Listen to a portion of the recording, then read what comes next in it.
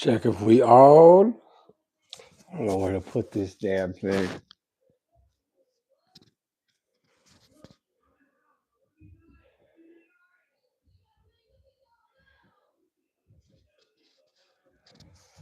Definitely do not know where to put this thing.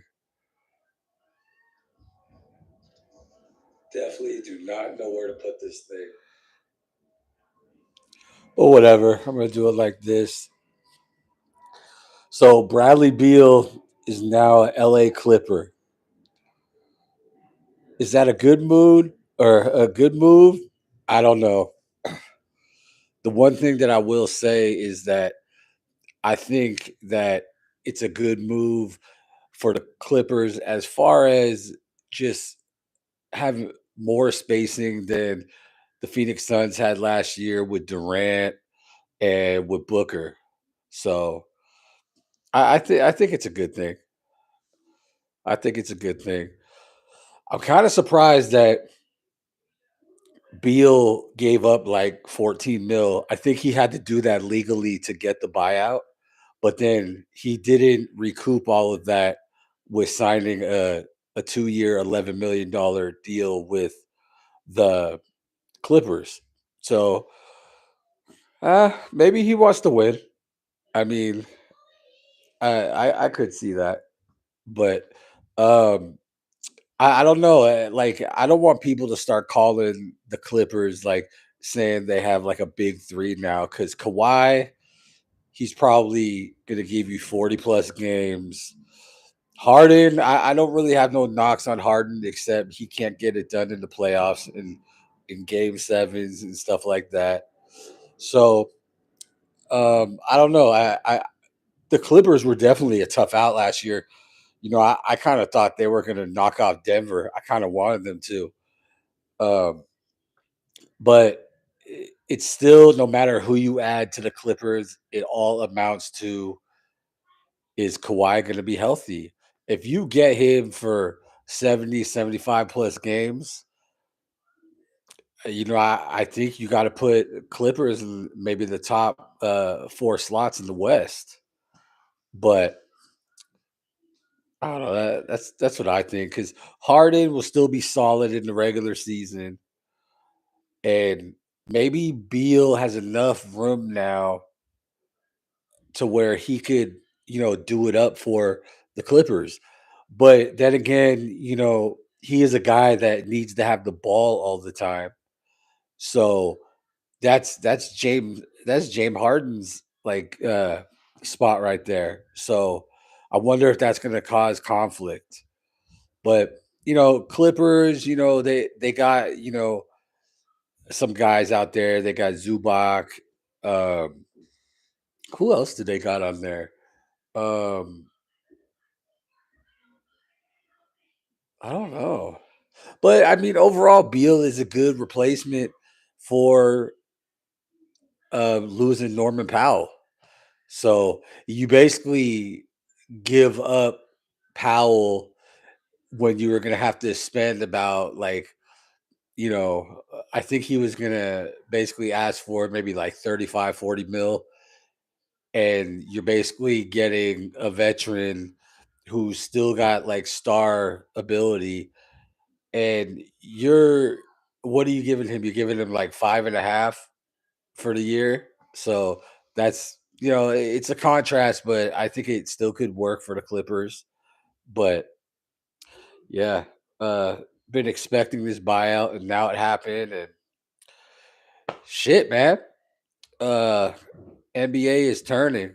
I'm still over here like a disgruntled Warriors fan. Like I keep getting these alerts that the Warriors are the only team not to do any transactions during the free agent period, the off season, and it went from why aren't they doing shit to the Warriors are being patient, and I don't believe that. If you're a Warriors fan for more than the dynasty years, you know that sometimes the Warriors do this, and we don't ever end up doing shit. So, like, as far as like making moves and stuff like that. So, I'm a little worried. I'm a little worried, but I just wish the Beal thing was a nice thing to get out of the way. And even though I was kind of let down because the Warriors were one of the rumored teams that he could have possibly went to. Obviously, we didn't get that, and they're going to keep on saying that this Jonathan Kaminga situation is lingering, and we basically got to take care of it. And I'm hoping with this Beal situation, taken care of and everything, I hope we could maybe do something with Kaminga, either sign him like for the 1 year qualifying offer, or just simply fucking just sign and trade him, just get something decent. And I know that we had a pending trade with the Kings, which I thought everybody else was like getting, good assets except for the Warriors that had the biggest chip, which is JK, Jonathan Kaminga. So I don't know. I feel like we just gotta bust a move and shit like that and just fucking handle it. But I'm not gonna be on this live for like crazy much. I'm just trying to be in here frequent when I'm trying to be the Shams of the Bay Area. But anyway, something that I thought was funny with this whole LeBron thing going on, because it's heavy rumors that he might be going to the Mavs, which I just think is just media hoopla and shit. But they're saying that involved in the trade would possibly be Clay Thompson.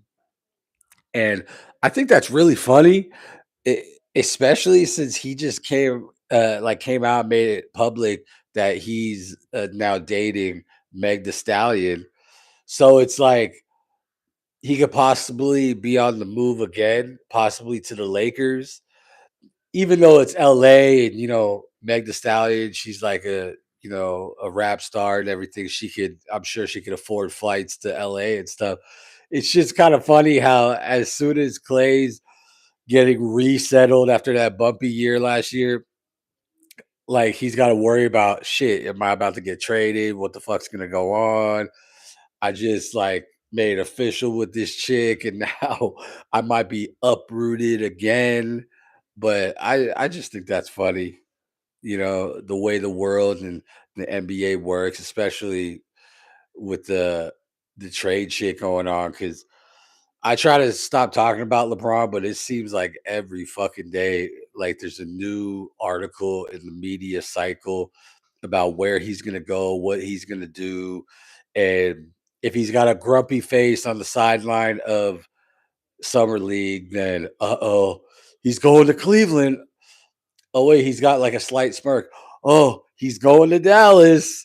Like it's just I don't know. The media is crazy, and I just thought that was funny about Clay. Like literally, what 48 hours from all the stuff like going online and stuff, and now he's rumored to be involved in a trade for LeBron James uh, going back to LA. So even though I know he probably liked going to the Lakers, possibly because his dad was a Laker, and he was a big Kobe fan, like coming up and everything, traveling with his dad when he was on the Lakers. So I don't know, just kind of something else to think about. Trying to think if there's any other headlines off the top of my head that's going on. Um, I don't really think so. Um, Make sure you like, comment, and subscribe. And I just dropped a video about Steve Kerr that was on my live last night. Um, is Steve Kerr the problem in Golden State with his the loyalty that's being, tested, that Kevon Looney has come out since his departure to New Orleans and saying that, he felt like he lost trust and he's one of the longest tenured Warriors. And the fact that Kerr doesn't like to play young players all the time, he really values his veterans. Um, is he kind of hurting the Golden State Warriors? And, obviously the Warriors are in a decline, but are they declining even more because of the moves and the rotations and the decisions that Steve Kerr is now implementing or has been implementing with the Warriors? So make sure you check out that video, like, comment, and subscribe. Talk your shit in the comments. I'm ready for it. I want to talk shit back. So make sure you like, comment, and subscribe, share, repost, all the bullshit. This has been your boy, the Sports Junkie.